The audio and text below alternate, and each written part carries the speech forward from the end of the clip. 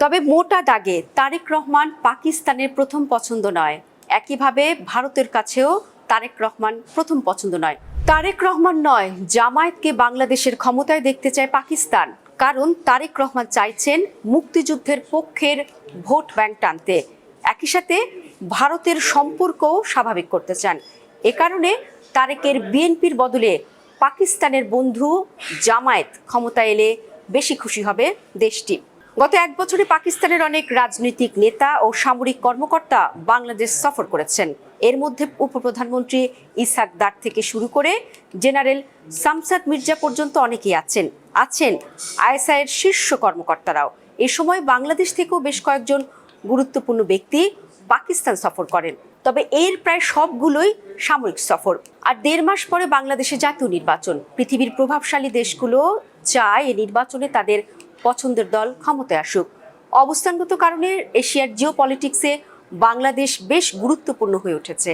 Myanmar, চীন, ভারত ও পাকিস্তান এই 4টি দেশের কেন্দ্রে থাকায় বাংলাদেশকে বেইস করতে চায় 2 পরাশক্তি রাশিয়া ও আমেরিকা। তাদের এই ঠান্ডা লড়াইয়ে উত্তপ্ত বাংলাদেশের রাজনীতি। লড়াইয়ের এক পক্ষে ভারত ও রাশিয়া, আরেক পক্ষে চীন, পাকিস্তান, তুরস্ক, যাতে আমেরিকাও আছে প্রচ্ছন্নভাবে। বাংলাদেশের নির্বাচন এবং রাজনীতিতে প্রভাব বিস্তারের জন্য আমেরিকা রাশিয়ার ভরসা, তাই পাকিস্তান এবং ভারত। বাংলাদেশে এই সময় 2 জনপ্রিয় দল বিএনপি এবং জামায়াত। ঐতিহাসিকভাবেই জামায়াতের সাথে সুসম্পর্ক আছে পাকিস্তানের। জামায়াত বাংলাদেশে ক্ষমতায় আসলে তাদেরকে নিয়ন্ত্রণ করা সহজ হবে, কারণ জামায়াতের ভেতরেই আছে পাকিস্তানের অনেক এজেন্ট। ইন্ডিয়া টাইমসকে দেয়া সাক্ষাৎকারে এমনটাই দাবি করেছেন বাংলাদেশে নিযুক্ত ভারতের সাবেক হাই কমিশনার বিনা সিকরি। ভারতের পররাষ্ট্র মন্ত্রণালয় বিষয়ক সংসদীয় স্থায়ী কমিটির রিপোর্টে বলা হয়েছে, চীন ও পাকিস্তানের প্রভাবের কারণে গত 55 বছরের মধ্যে বাংলাদেশের সবচেয়ে কঠিন পরিস্থিতির মুখোমুখি ভারত। ভারত বলছে, পাকিস্তান বাংলাদেশ ইসলামী শক্তির উত্থান ও রাজনৈতিক কাঠামো দুর্বল করতে চাইছে। বাংলাদেশে ধর্মীয় উগ্রবাদের পক্ষে জোয়ার সৃষ্টি করতে সবকিছু করছে আইএসআই। সেজন্য টার্গেট কিলিং, সন্ত্রাস, আত্মঘাতী হামলা সবই করছে। ভারতের অভিযোগ, বাংলাদেশের সাম্প্রতিক সহিংসতার জন্য দায়ী পাকিস্তানি গোয়েন্দা সংস্থা আইএসআই। মনে রাখা দরকার, এবছরের জানুয়ারিতে Pakistan inter service intelligence ISI এর একটি উচ্চপদস্থ প্রতিনিধি দল বাংলাদেশ সফর করে। এই প্রতিনিধি দলে আইএসআই এর পরিচালক মেজর জেনারেল আমির আফসার এবং মেজর জেনারেল আমির আওয়ানের মতো কর্মকর্তা ছিলেন, যাদের সফর গোপন রাখা হয়েছিল। এরপর গত অক্টোবরে বাংলাদেশে আসেন পাকিস্তানের জয়েন্ট চিফস অফ স্টাফ কমিটির চেয়ারম্যান জেনারেল শামসাদ মির্জা। আর নভেম্বরে আসেন পাকিস্তানের আরেক জেনারেল লেফটেন্যান্ট জেনারেল শাকির উল্লাহ খাত্তাক। একের পর এক সামরিক কর্মকর্তারা বাংলাদেশে এসে এখানে তাদের সেলগুলোর কার্যক্রমের অগ্রগতি সরেজমিনে পর্যালোচনা করছেন বলে ভারতীয় গণমাধ্যমের দাবি। ভারত বলছে, গত জুলাইয়ের চেয়েও ভয়াবহ পরিস্থিতি সৃষ্টি করে জামায়াতকে ক্ষমতায় বসাতে চায় আইএসআই। কিন্তু পাকিস্তানের এই স্বপ্নের পথে বাধা হয়ে দাঁড়িয়েছেন তারেক রহমান। পাকিস্তানের নিরাপত্তা বিশ্লেষক অধ্যাপক ডক্টর আয়েশা সিদ্দিকার মতে, তারেক রহমান এক সময়ে যে পক্ষেই থাকুন না কেন, এই মুহূর্তে তিনি অনেক পরিপক্ক।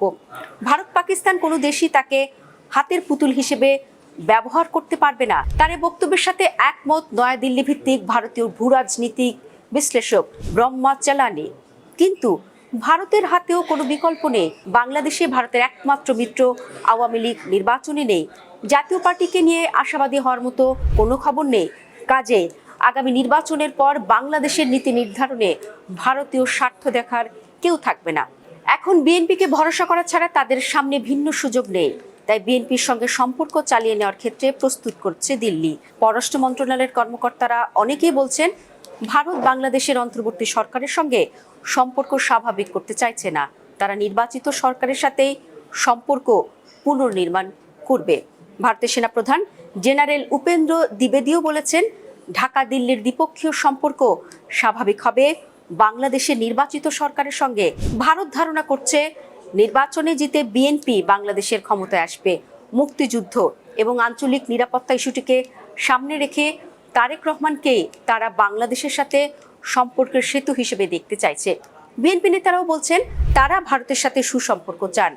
ভারতীয় সম্প্রচার মাধ্যম এনডিটিভিকে দেয়া এক সাক্ষাৎকারে মির্জা ফখরুল বলেছেন, ক্ষমতায় যেতে পারলে ভারতের সঙ্গে ভালো সম্পর্ক গড়ে তোলা হবে।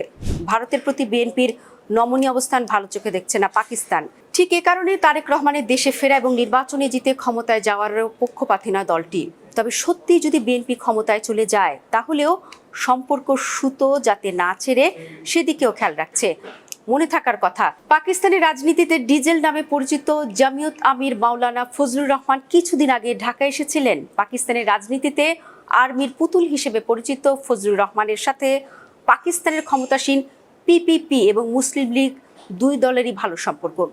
বাংলাদেশে তার সমমনা দল জমিয়তে উলামায়ে ইসলাম এই মুহূর্তে বিএনপির সাথে জোট বা আসন সমঝোতা করতে চাইছে দলটি। অর্থাৎ বিএনপি ক্ষমতায় গেলেও জমিয়ত সহ বিভিন্ন মাধ্যমে বিএনপির সাথে পাকিস্তান ও আইএসআইয়ের কানেকশন চালিয়ে যেতে পারবে। তবে মোটা দাগে তারেক রহমান পাকিস্তানের প্রথম পছন্দ নয়, একইভাবে ভারতের কাছেও তারেক রহমান প্রথম পছন্দ নয়। কিন্তু এমন এক রাজনৈতিক সন্ধিক্ষণে বাংলাদেশ, যেখানে সবাইকেই তার দ্বিতীয় পছন্দকেই মেনে নিতে হচ্ছে।